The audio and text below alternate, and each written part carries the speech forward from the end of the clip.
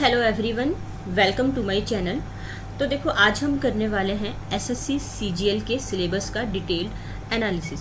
Actual में हमें पता होना चाहिए कि हमारा जो जीके जीएस का सिलेबस है उसमें क्या क्या मेन टॉपिक्स हैं जिससे हर साल क्वेश्चंस पूछे जाते हैं, और हर साल नहीं, पिछले 20 सालों से वो सेम टॉपिक से क्वेश्चंस पूछे जाते हैं। ठीक है, तो बेसिकली ना आज हम देखेंगे कि क्या टॉपिक्स हैं, टॉपिक्स के अंदर में भी क्या सब टॉपिक्स हैं, इन सारी चीज़ों का हम डिस्कशन करने वाले हैं। ठीक है, और हाँ, साथ में ना मैं आपको ये बता दूं कि अब से ना हम डेली जो भी हमारे जीके जीएस में जो मेन टॉपिक्स है, मतलब मेन टॉपिक्स भी और वो सारे जितने की मतलब पूछे जाते हैं, उसके हम डेली 10 to 15 क्वेश्चन करेंगे विथ डिटेल्ड एनालिसिस। ठीक है, तो देखो बेसिकली सबसे पहले मैं आपको ये बता दूं कि जो एसएससी सीजीएल है ना, एसएससी सीजीएल की जो वैकेंसी है 2026 की, इसमें आप देखेंगे 12,000 प्लस वैकेंसीज हैं।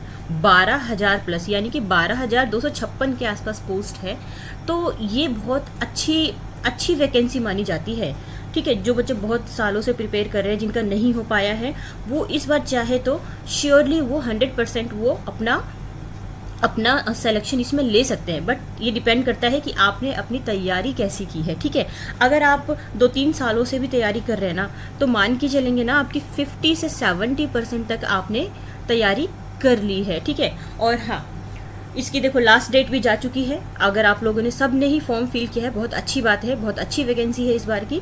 ठीक है, और टीयर 1 की अगर मैं बात करूँ ना, तो ये अगस्त से सितंबर में हो जाएगा, और टीयर 2 आपका दिसंबर में हो जाएगा। हाँ, और सबसे इम्पोर्टेंट चीज़ तो ये है कि इस बार ये जो है ना आपका सेक्शनल हो गया है। सेक्शनल यानी कि आपको जो 4 पोर्शन है ना, 4 पोर्शन 15-15 मिनट में डिवाइड कर दिया गया है। तो अब थोड़ा सा जो एग्ज़ाम है ना और ज़्यादा टफ हो गया है।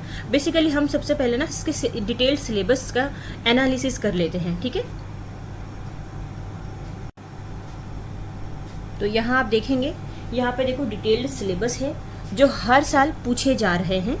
अब देखो यहाँ पे आप यहाँ देखेंगे, हिस्ट्री में ज़्यादातर क्या पूछा जाता है, एंशियंट हिस्ट्री पूछ लेता है, मिडाइवल हिस्ट्री पूछ लेता है, मॉडर्न और फ्रीडम स्ट्रगल, ये सारी चीज़ें आपकी हिस्ट्री में पूछी जाती है। ठीक है, ज्योग्राफी में आपसे फिजिकल पूछ लेगा, इंडियन पूछ लेगा, वर्ल्ड और मैप्स के बारे में पूछ लेगा, क्लाइमेट और रिसोर्सेज के बारे में पूछ लेगा, है ना। देखो आपको यहाँ पे जो भी टॉपिक्स दिए ना वो सारे मैं आपको करवाऊंगी। 10 to 15 क्वेश्चन तो मैं करवाऊंगी ही आपको, मतलब कि जितने मुझे मिल जाए। मैं एक अप्रोक्स में बता रही हूँ कि इतने क्वेश्चन हो सकते हैं। एक सेकेंड, ये लिखने में नहीं बन रहा। हाँ देखो, 10 to 15 क्वेश्चन तो मैं आपको करवाऊंगी with detailed analysis from every topic, और मैं ये कहूँगी कि सारे ही सब टॉपिक्स में से मैं करवाऊंगी। तो प्लीज़ मेरे चैनल पे जरूर जुड़िएगा। अगर आपको अभी 2026-27 में ना सीजीएल में अगर आपको अपना सिलेक्शन लेना है तो, ठीक है, सिलेक्शन लेना है तो प्लीज़, और नए आए हैं तो चैनल को सब्सक्राइब कर लेंगे। पॉलिटी में देखो, कॉन्स्टिट्यूशन, आप कोई सा भी एग्ज़ाम उठा लो जिसमें भी जीके जीएस पूछा जाता है, कोई सा भी कॉन्स्टिट्यूशन यानी संविधान, ये आपको हर जगह मिलेगा। आप स्कूल की बुक उठा लो, वहाँ पे संविधान मिलेगा, कॉलेज की बुक उठा लो, वहाँ पे संविधान मिलेगा, किसी भी गवर्नमेंट जॉब के लिए अप्लाई कर रहे हो उसमें आपको संविधान मिलेगा। तो यानी कि ये ऐसे टॉपिक्स है जो हर साल पूछा जाता है, यानी कि कुछ टॉपिक्स तो आपको पहले से क्लियर है कि ये तो पूछेगा ही पूछेगा।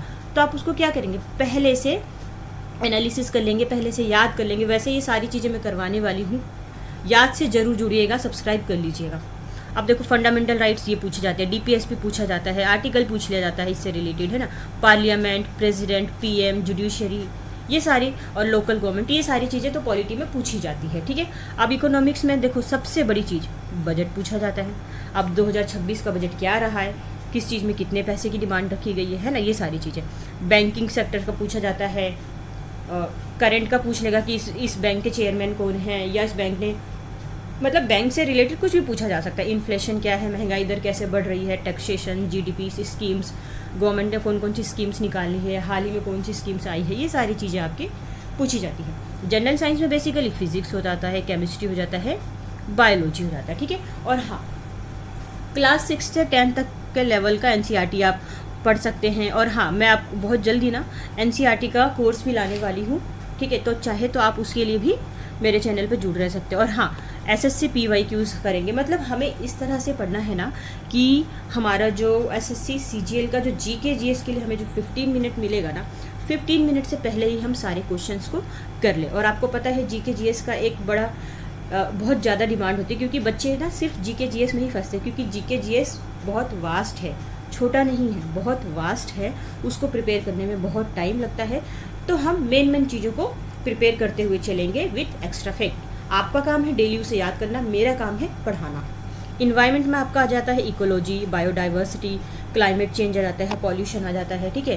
और साइंस एंड टेक्नोलॉजी में आपका आ जाता है स्पेस के बारे में, इसरो कौन है, इसके चेयरमैन कौन है, ये सारा आ जाता है। बायोटेक्नोलॉजी आ जाता है, कंप्यूटर्स आ जाता है, ठीक है।